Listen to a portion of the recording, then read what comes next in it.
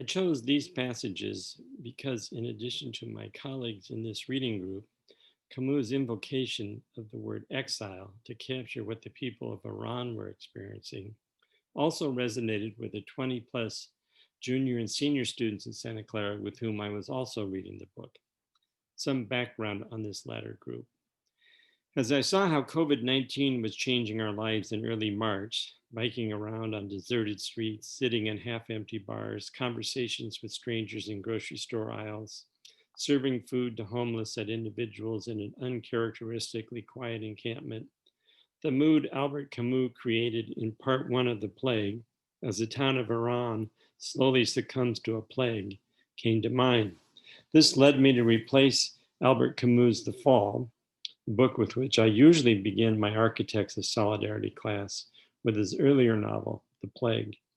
The pre coronavirus version of this course opened with an encounter critical reflection exercise. With as little preparation and context as possible, students are asked to find a homeless person to interview in and around downtown San Jose. I then used Jean-Baptiste Clemence's monologue and interrogation in the fall to help students reflect on that experience, hoping to push them out of the comfort of abstract and tidy moral language they typically invoke. For example, the experience made them want to give back, or it confirmed their resolve to be men and women for others, or it helped them to see that we really are all the same, or it led them to castigate Silicon Valley corporations for tolerating such poverty, and into disruptive introspection, moral ambiguity, and uncomfortable feelings. Eloquent and troubled soul he is, Jean-Baptiste Clemence draws his readers into a new domain, what Bernard Lonergan calls interiority, even if to show them that in the end, very few have the spiritual apparatus and fortitude to remain there. By turning from the fall to the plague, I moved from the solitary monologue of Jean-Baptiste Clemence over a few days circling around a bridge in Amsterdam to a fuller cast of characters whose lives changed over more than a year in quarantined Iran. An immediate gain emerged. I could surface the suffering, the vulnerability, social dislocation, and isolation students were beginning to students experienced in their pre-COVID encounter with a homeless person by a close reading of Camus' narrative in The Plague.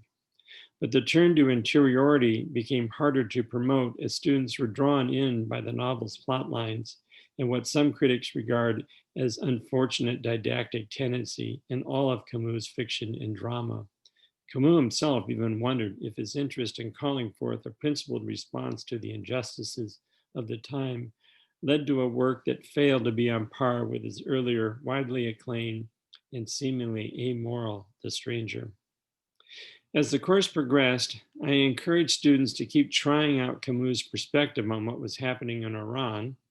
For example, the town's authorities' stubborn efforts to mask the magnitude of the plague, or the ways townspeople tried to escape the plague's ominous grip on their lives,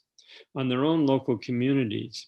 and worked to get them to shift away from the comfort of abstract moral absolutes and towards attention to the concrete, the messy detail, ambiguity, confusion, disruptive fragility, and suffering Camus so ably captures.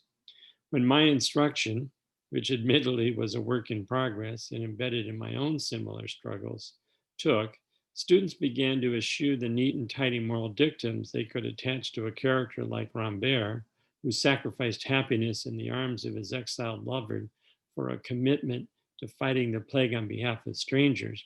And instead, they moved to adopt a more nuanced, even ironic, and certainly less comforting engagement with their own experience.